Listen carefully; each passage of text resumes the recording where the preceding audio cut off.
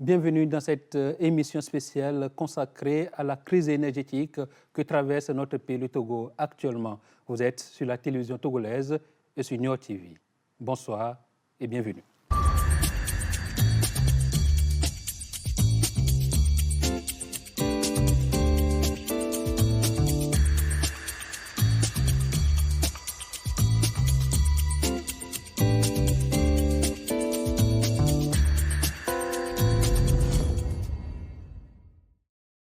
Depuis quelques mois, notre pays, à l'instar de plusieurs autres de la sous-région, est confronté à un déficit énergétique qui a entraîné des délestages affectant votre quotidien, notre quotidien. Aujourd'hui, nous allons tenter de faire le point sur la situation et d'apporter des éléments de réponse à ces nombreuses questions que vous vous posez. Pour ce faire, nous avons le plaisir de recevoir pour vous le DG de la CET, Compagnie Énergie électrique du Togo. Ensemble avec Guillaume Ho de Niort TV, nous aborderons divers aspects de cette crise, à commencer par la situation actuelle et les perspectives de retour à la normale. Guillaume, bonsoir. Bonsoir Pierre, bonsoir monsieur le directeur. Bonsoir. Nous avons en face de nous, Guillaume, Debo Barandao, il est le directeur général de la CET. Bonsoir DG. Bonsoir. Et bienvenue dans cette émission spéciale. Merci de l'invitation. Alors, une fois encore, bonsoir monsieur le directeur et bonsoir à vous, très chers téléspectateurs, d'être des nôtres. Monsieur le directeur, depuis quelques mois, le Togo connaît, comme plusieurs pays de la sous-région, des coupures d'électricité ou des rationnements, comme vous le dites dans votre langage. Où en sommes-nous aujourd'hui? Avant de répondre à votre question, je voudrais tout d'abord saisir cette occasion pour présenter nos excuses, les excuses de la société à notre aimable clientèle et à toute la population pour les désagréments qui leur sont causés depuis mi-janvier, où nous connaissons un déficit d'approvisionnement en énergie électrique. Et je voudrais rassurer la population que la société, tout le personnel est à pied d'œuvre et s'acharne tous les jours pour faire en sorte que les difficultés que nous traversons puissent être atténuées et que nous sortons de cette situation. Pour revenir à votre question, effectivement, depuis mi-janvier, nous faisons face à un déficit d'approvisionnement en énergie électrique. Et ce déficit que nous connaissons n'est pas une situation particulière au Togo, c'est une situation qui est générale et dans tous les pays de la sous-région. Et c'est ainsi que, il faut le dire, ce déficit d'approvisionnement en énergie électrique trouve son origine dans le manque de gaz naturel. Comme vous le savez, le gaz naturel, c'est le combustible de prédilection pour les centrales thermiques. En l'occurrence, chez nous, la centrale de Kekeli et la centrale de contrôle global. Face à ce déficit d'approvisionnement en gaz naturel, il y a eu un impact sérieux sur l'approvisionnement en énergie électrique également. Et donc, dans cette situation, la CET s'est vue contrainte de changer de combustible, si je peux dire ainsi, et de passer au combustible liquide. En l'occurrence, le fioul lourd pour la centrale de Kekeli et le gazole ordinaire également pour la centrale de Kekeli, de contrôle global. Et puis, un gaz plus spécifique qui est proche de l'essence avion pour la centrale de Kekeli. Et face à ces difficultés, qui ont engagé d'énormes efforts de la part de la société pour s'approvisionner en combustible liquide, le gouvernement est conscient des souffrances et de l'impact sur les populations, est intervenu en appui à la société sur les hautes instructions de Monsieur le Président de la République, Son Excellence Faure Ezazuna Gnassingbé, pour donner un appui à la société afin de lui permettre d'avoir les combustibles liquides et d'assurer la production de toutes nos capacités des centrales thermiques. Je voudrais donc ici saisir cette occasion pour témoigner notre gratitude au gouvernement et à son Excellence, Monsieur le Président de la République, pour cet accompagnement. On comprend donc les efforts du chef de l'État pour un retour à la normale. Au regard de ce tableau que vous venez de présenter, le bout du tunnel, c'est pour demain? Je dois dire que l'impératif pour la société et pour le gouvernement, bien entendu, c'est de voir que cette parenthèse soit brève. Et donc tous les efforts sont mis en œuvre de sorte que les choses s'améliorent. Et comme vous pouvez le constater ces derniers jours, vous voyez très bien que les coupures qui étaient profondes depuis un certain temps se sont atténuées. Et donc, avec les autres mesures qui ont consisté à la diversification des fournisseurs et puis les efforts d'augmentation des capacités de production, et on a des raisons d'espérer que cette parenthèse ne durera pas trop longtemps. Alors, pourquoi, depuis que ces coupures ont commencé en mi-janvier, vous n'avez pas communiqué de la base pour préparer peut-être le consommateur à aborder une telle phase de coupure? Dire que nous n'avons pas communiqué, je crois que ce n'est pas tout à fait cela. Peut-être c'est le format. Et vous vous souviendrez peut-être que depuis le 26 janvier, la société a émis un communiqué pour donner l'information en ce qui concerne les travaux de maintenance sur les installations des équipements de production d'énergie électrique au Ghana, qui devaient se dérouler entre le 22 janvier et le 8 février. La société est intervenue après cette période avec un communiqué le 13 février pour annoncer qu'effectivement les travaux n'avaient pas été achevés sur la période et que ça continuait. Et donc, le déficit énergétique qu'on voyait allait continuer pour un certain temps. Et par la suite, le 26 février, la société a intervenu également avec un communiqué pour faire remarquer qu'il y avait une amélioration dans la fourniture de l'énergie électrique qui était due effectivement à l'achèvement d'un certain nombre de sites au Ghana. Mais malheureusement, par la suite, ces travaux ne sont pas... Il y a eu un problème de déficit, donc comme je l'ai dit, en approvisionnement en gaz naturel, mais l'État, par les efforts qu'ils ont consentis, on a pu observer une amélioration quand même dans la fourniture. Et vous pouvez remarquer qu'au mois d'avril, nous n'avions pas du tout eu de rationnement dans la fourniture de l'énergie électrique. Donc, voilà. Il faut peut-être dire, comme je l'ai dit tantôt, que c'est peut-être le format de communication. Nous avons compris que nos compatriotes avaient besoin d'une beaucoup plus d'interaction. Et comme au cours de cette émission, où nous pourrions aller en détail pour expliquer les raisons de la situation. Et c'est pour ça que même au plus haut niveau, avec le gouvernement, une campagne d'information a été enclenchée.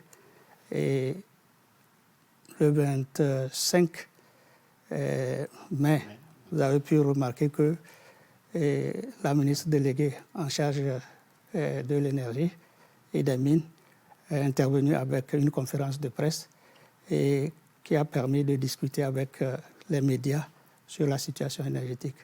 Et dans la foulée, des émissions radiophoniques ont été animées tout le long de cette période par le personnel de la société pour interagir avec les clients, la population. Donc cette émission que nous avons aujourd'hui fait partie de cette stratégie de communication parce que nous avons bien compris que nos compatriotes ont besoin d'une interaction directe avec eux pour parler du secteur et aussi leur donner des conseils, des recommandations en ce qui concerne les attitudes à adopter. Voilà. Alors, au-delà de cette politique de communication qui n'a pas été, on va dire, trop bien comprise, par la population. Beaucoup estiment également que la situation actuelle serait tributaire des nombreuses dettes que le pays aurait contractées vis-à-vis des fournisseurs. C'est ce qui justifierait cette situation. Vous le confirmez ou qu'est-ce que vous dites? Vous savez, chacun y va avec sa musique.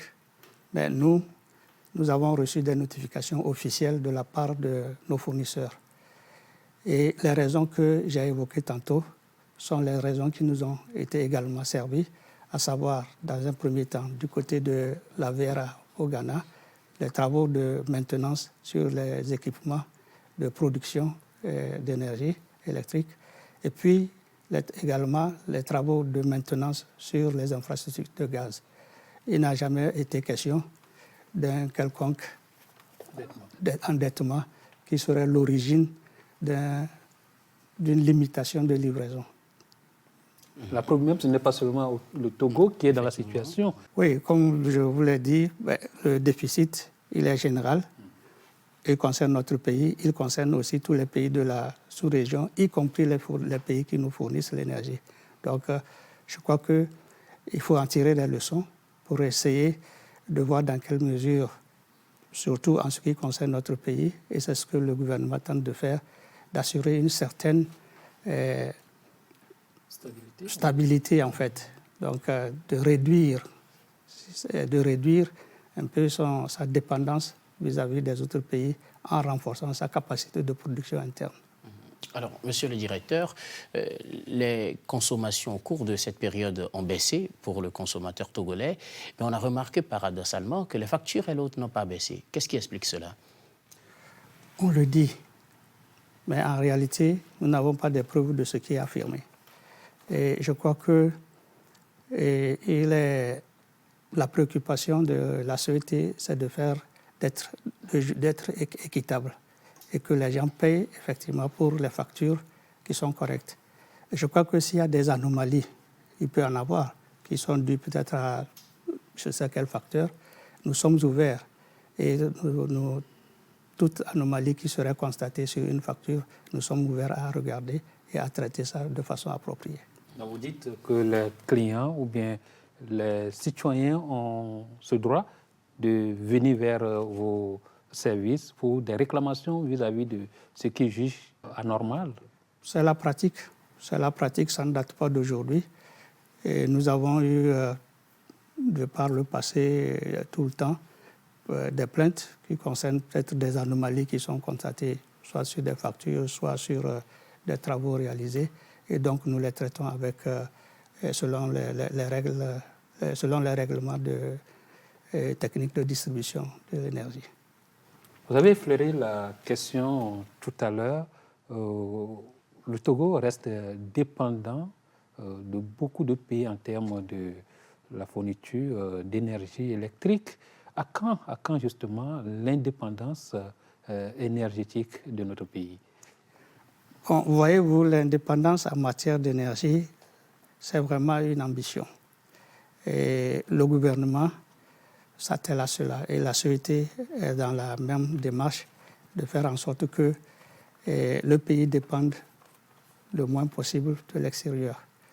Mais dans la réalité, quand vous prenez le secteur de l'énergie, c'est beaucoup plus complexe que ce qu'on ne pense. Et nous prenons les exemples de nos équipements de production. Vous avez les centrales thermiques, et ces centrales thermiques, comme je vous l'ai dit tantôt, consomment soit du gaz naturel ou des combustibles liquides. Le gaz naturel, nous ne le produisons pas dans notre pays. Bon, les produits pétroliers non plus. On espère peut-être qu'avec les recherches, on trouvera un jour aussi ces ressources-là dans notre pays. Mais ce qui veut dire quoi? Ce qui veut dire que pour l'instant, on est obligé, même si on dit on a la capacité, on installe sur le territoire la capacité de production, il faut bien importer ces combustibles-là qu'on n'a pas chez nous. Maintenant, l'idée, c'est de dire, bon, on va utiliser les ressources qui sont vraiment sur le territoire et on va penser, par exemple, aux énergies renouvelables, en l'occurrence le solaire. Le gouvernement s'est engagé dans un programme aussi ambitieux de faire développer cette ressource d'énergie. C'est pour ça qu'il y a déjà la centrale solaire d'Amea qui est en production et qui va passer bientôt à 100 MW. Et vous avez d'autres projets également dans la région centrale, dans la région de la Kara, dans la région des savanes, donc de centrales solaires. Mais il faut relativiser aussi les choses là parce que le soleil n'est disponible que dans la journée. Et maintenant, si on veut avoir une certaine autonomie, une certaine capacité, une certaine pérennisation de cette énergie, ça veut dire qu'il faut penser au stockage. Et qui parle de stockage va parler de coût. Parce que à l'heure actuelle, effectivement, c'est la partie la plus sensible de la question, donc en termes de coût de stockage de cette énergie-là. Mais c'est une ambition, c'est une volonté politique et je crois que le gouvernement explore toutes les pistes, y compris les centrales hydroélectriques, pour renforcer notre capacité. Et dans ce sens, je pourrais vous dire que c'est une réalité en fait. Cette volonté, cette marche vers une certaine sécurisation de l'approvisionnement de l'énergie électrique et la réduction de la dépendance. Si vous remontez vers les années avant 2000, vous voyez, l'approvisionnement du Togo en matière d'énergie électrique dépendait, était de l'ordre de 80%, donc de dépendance de l'extérieur. Aujourd'hui, on est presque à la moitié de cette dépendance-là, je dirais peut-être autour de 40%.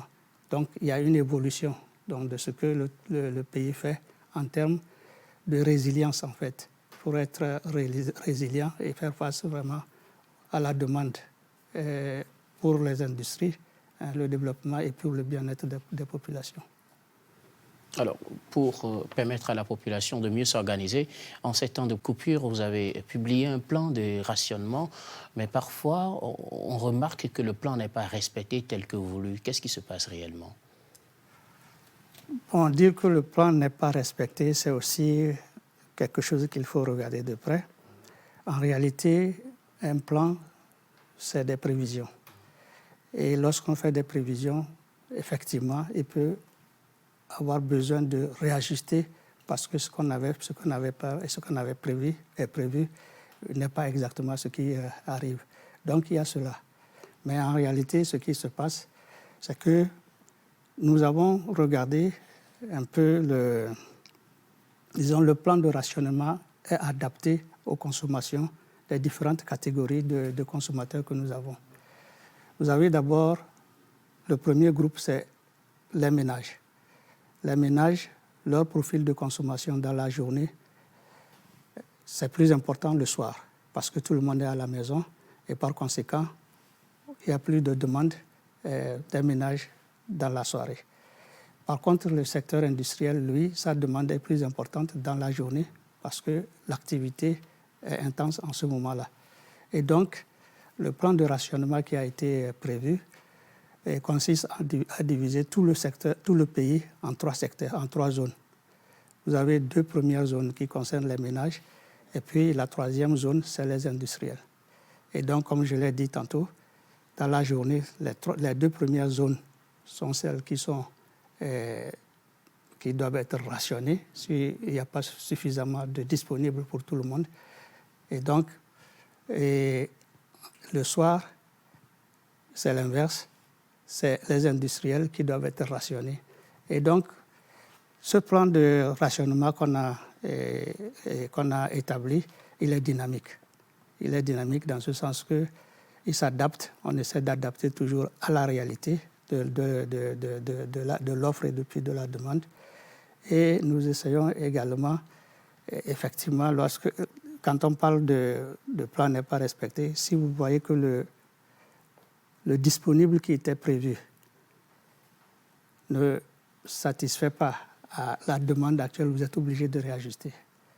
Et donc ce plan qu'on a, on le revoit quotidiennement pour être sûr qu'on est au plus près donc, du disponible et de la demande. Sur la base des 3 zones que vous avez prédéfinies, c'est cela? Effectivement. Et on regarde de sorte que, au mieux, le rationnement respecte effectivement les découpages horaires qui sont définis dans le plan de rationnement. Et Monsieur Barandaou, vous êtes le directeur général de la CET. Est-ce que dans votre quartier, il y a aussi du délestage? Je dois vous dire que le délestage n'épargne personne, c'est partout, lorsqu'il le faut. Ben, il faut dire qu'il y a des secteurs prioritaires. Vous allez voir peut-être des secteurs stratégiques où on évite le plus. Vous savez, les hôpitaux, les universités, les zones de sécurité où on essaie le plus d'éviter, autant que faire se peut, de ne pas délester.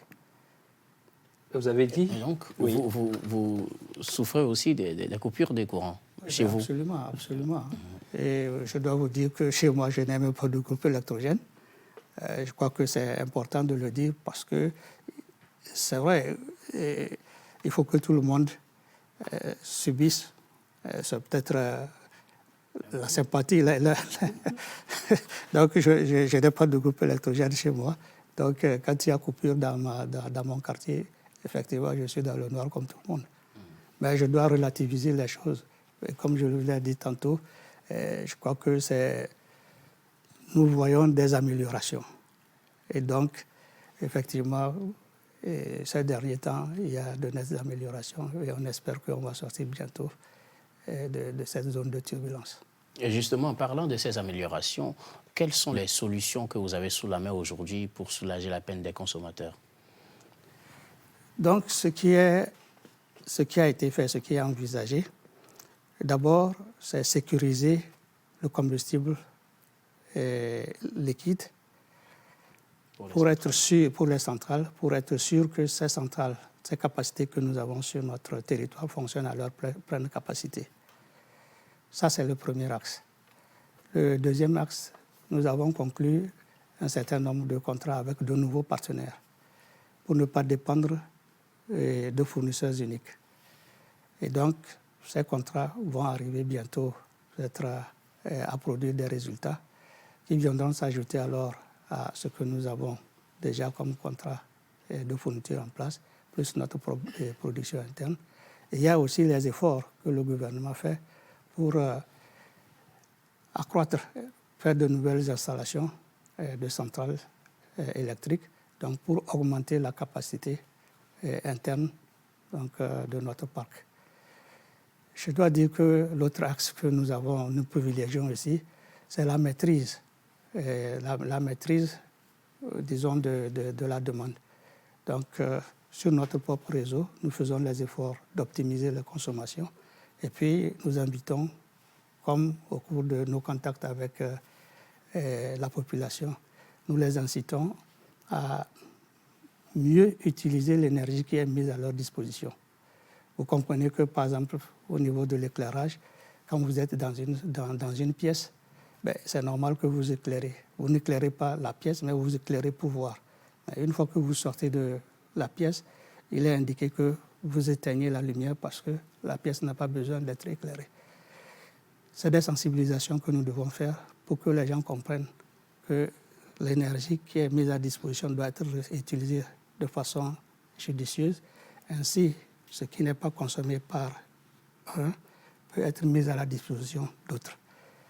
Je crois que c'est une piste que nous explorons aussi et nous interagissons avec beaucoup de groupes, et en l'occurrence les associations de consommateurs, les industriels aussi, que nous incitons à utiliser leur propre installation de production pendant la période de pic pour atténuer la demande sur le réseau.